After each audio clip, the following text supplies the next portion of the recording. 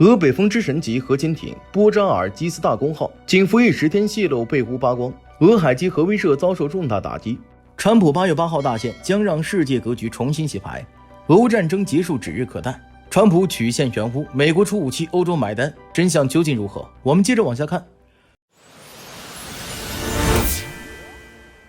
普京亲自下令进入战斗值班才10天，俄罗斯战略核潜艇一身绝密被乌克兰扒光。乌克兰军事情报总局目前在电报频道发布了一则震惊全球的消息：乌克兰已经掌握俄罗斯最新服役的95A 型北风之神 A 级战略核潜艇波扎尔斯基大公号的全套绝密内部文件。这次文件内容之全之深，对俄罗斯的战略力量而言，犹如一场情报灾难。从全体艇员名单、体能数据、专业资质，到潜艇的作战布局、生命保障系统图、组织结构图、伤员转运流程、紧急操作手册，乃至舰艇执勤手册副本，无一遗漏。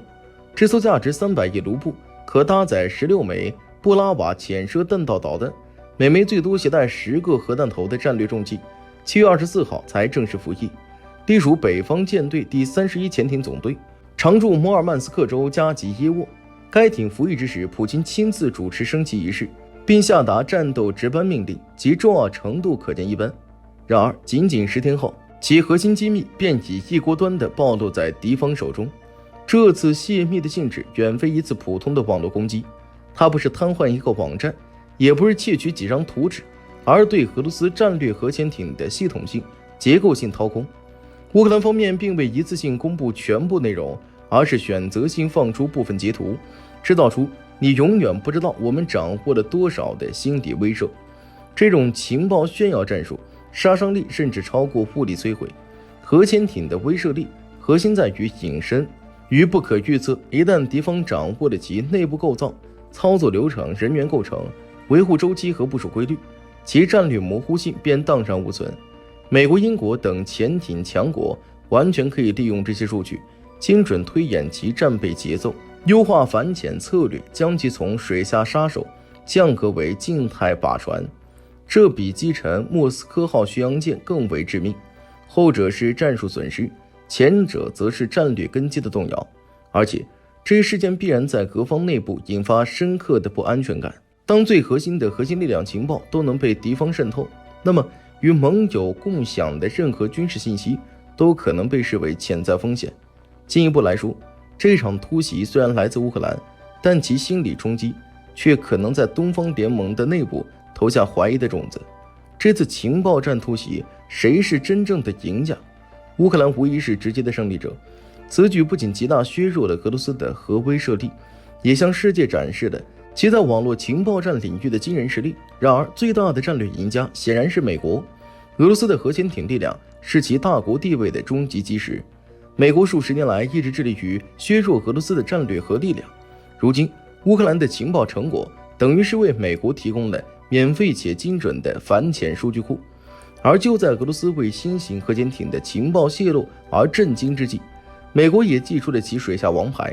8月1号，美国总统川普宣布，已下令把2艘核潜艇部署到相应区域，以回应俄罗斯的威胁言论。这一举动与乌克兰曝光核潜艇绝密文件的事件形成了一幅危险的拼图。一边是俄罗斯最新型战略核潜艇在服役仅10天后，艇员名单、作战流程、系统布局等核心机密被敌方完全掌握，使其神秘性与威慑力大打折扣。另一边，美国则高调宣布核潜艇部署，意图通过看得见的威胁来弥补其在欧洲常规力量的不足。这2起事件共同揭示了现代大国博弈的残酷现实。核威慑的基石正从物理存在转向信息优势。俄罗斯的波扎尔斯基大公号，其价值不在于潜艇本身，而在于其作为不可预测的终极武器的战略地位。一旦其行动模式技术弱点，甚至艇员信息被对手洞悉，它就从一个令人恐惧的幽灵变成了一个可能被精准追踪、预判甚至反制的火把。相比之下，美国的核潜艇部署虽然也属高调，但其优势在于其海军长期的技术积累和全球部署的反潜网络，其透明化威胁反而强化了其战略可信度。波扎尔斯基大公号的泄密事件是一记响亮的警钟，它宣告着现代战争的主战场已从硝烟弥漫的前线转到了无声无息的服务器与防火墙之后。俄罗斯此次的失误足以说明，即便拥有强大的军事硬件，一旦在网络安全和内部保密上存在致命漏洞，战略力量的神话便可能瞬间破灭。当你的对手已经读完了你的操作手册，你的王牌也就不再成为王牌。这场在网络上决定的水下较量表明，21世纪的核博弈胜负手或许不在于谁拥有更多的导弹，而在于谁能更好地保护自己的秘密，并瓦解对手的神秘感。俄罗斯此次遭遇的不仅是技术上的失败，更是在信息时代整个战略威慑与军事体系脆弱性的又一次暴露。川普提醒俄罗斯大限将至，他专门派出亲俄派特使访俄，希望能给美俄一个体面的台阶，也给普京留了最后一丝情面。8月4号，川普向媒体重申，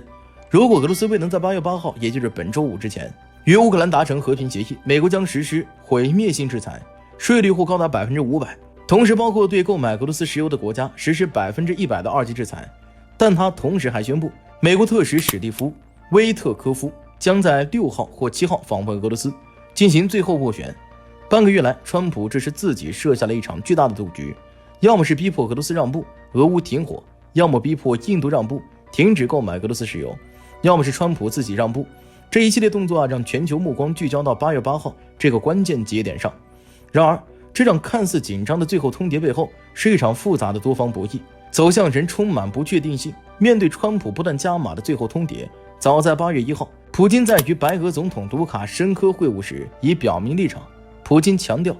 俄罗斯在乌克兰的目标从未改变，要求乌克兰承认割让顿涅茨克、卢甘斯克、赫尔松、扎波罗热4州，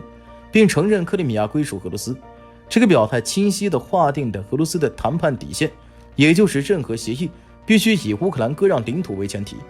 卢卡申科更直言，乌克兰应主动寻求谈判，否则将面临几个月后俄罗斯人就会夺走领土的后果。这种强硬姿态显示出克宫并未因川普的外部压力而动摇其核心诉求。现在川普的策略呈现出明显的双线特征，一方面通过公开的最后通牒和威胁制裁施加压力，另一方面派遣特使进行外交接触。这种组合拳意在通过高压与对话并行的方式迫使俄罗斯回到谈判桌。而这次出使的特使人选史蒂夫·威特科夫就显得尤为重要，他的背景引发了广泛关注。威特科夫出生于纽约，父母分别为俄罗斯和白俄移民，本人被外界普遍认为是亲俄派。他的出访很可能并非单纯的施压，而更侧重于传递信息、探明底线，甚至为双方寻找一个避免直接对抗的体面台阶。因此，威特科夫此次访俄极有可能祈求普京给川普一个面子，找一个理由下一个台阶，好让川普放弃那个杀气腾腾的最后通牒。川普多次强调制裁的毁灭性效果，但也承认俄罗斯似乎很擅长逃避制裁。这样的矛盾表述揭示了美国制裁的局限性。自2022年以来，俄罗斯已建立起一套相对完整的反制裁体系，通过转向东方市场、发展平行进口、调整金融结算等方式，部分抵消了西方制裁的影响。另外，美国还试图通过施压印度等国来孤立俄罗斯，但收效有限。印度坚持持续从俄罗斯购买石油，以维护其国家利益，而美国正向印度施加巨大压力，要求停止购买俄罗斯石油。白宫官员公开痛斥印度假扮盟友，指责其在移民问题上欺骗美国，损害美国工人利益。随着印度在美俄之间两头获利的策略不再被容忍，美国对印态度已从娇惯转为强硬。川普政府明确表示，若印度不改变能源政策，将面临严厉制裁。这标志着美国正试图切断俄油的国际买家，迫使俄罗斯在经济上陷入孤立。这场围绕887线的博弈远不止于俄乌之间，它牵动着全球能源、金融和安全格局。美国试图通过经济手段重塑地区秩序，而俄罗斯则依靠其能源资源和军事力量维持影响力。与此同时，印度等新兴经济体在这一过程中扮演着关键角色，其选择将直接影响制裁的实际效果。川普的最后通牒能否奏效，取决于多重因素：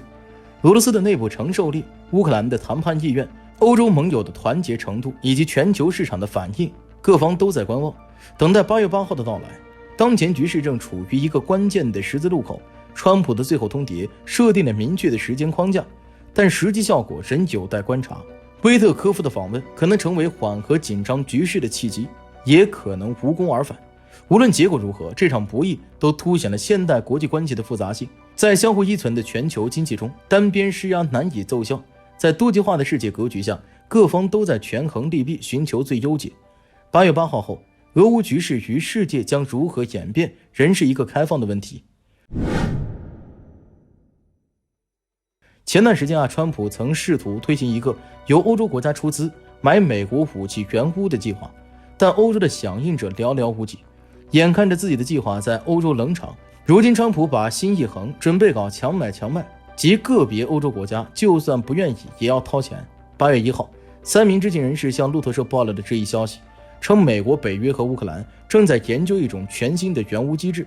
即由北约资金为美国的援乌武器买单。北约希望通过这种方式向乌克兰交付约100亿美元的美制武器。按照这些消息人士的说法，这个机制大概的运行流程为：乌克兰先列出一份急需的装备清单，每张清单的价值为5亿美元，然后由北约秘书长马克·吕特负责协调哪个成员国捐赠或移交清单上的武器。最后，如果某个北约成员国决定向乌克兰捐赠这批武器，它的空缺库存将由美国负责补充。机制允许该成员国绕开美国冗长的军售程序，以更快拿到装备，但美国并不免费为北约成员国补充武器库存。该国必须先将买武器的资金打到美国政府指定的账户上，然后等待武器交付。当然，如果这个被选中的北约成员国还嫌这套流程麻烦复杂，担心自己等不到美国交付武器，那么新机制还提供了第二个方案可供选择。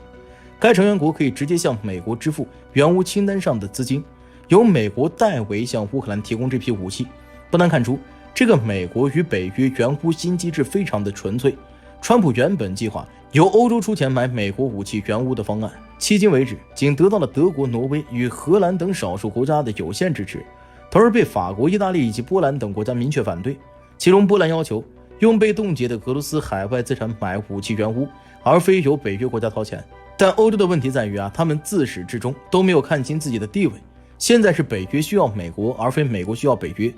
北约的欧洲成员国真的以为一口拒绝了川普就没有办法收拾他们。美国与北约乌克兰正在探讨这个援乌新机制，就是为了向那些拒绝出钱买武器的欧洲成员国施加压力，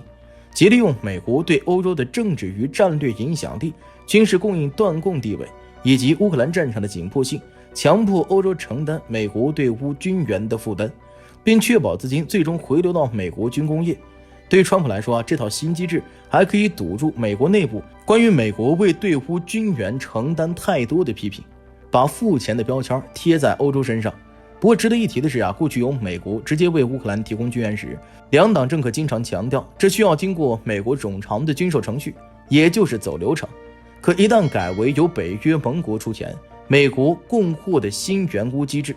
美国为欧洲盟友补充的武器就能神奇地绕过那些冗长程序了。这种程序上的弹性，实则也暴露出了当前川普政府在对乌军援问题上奉行的美国优先原则，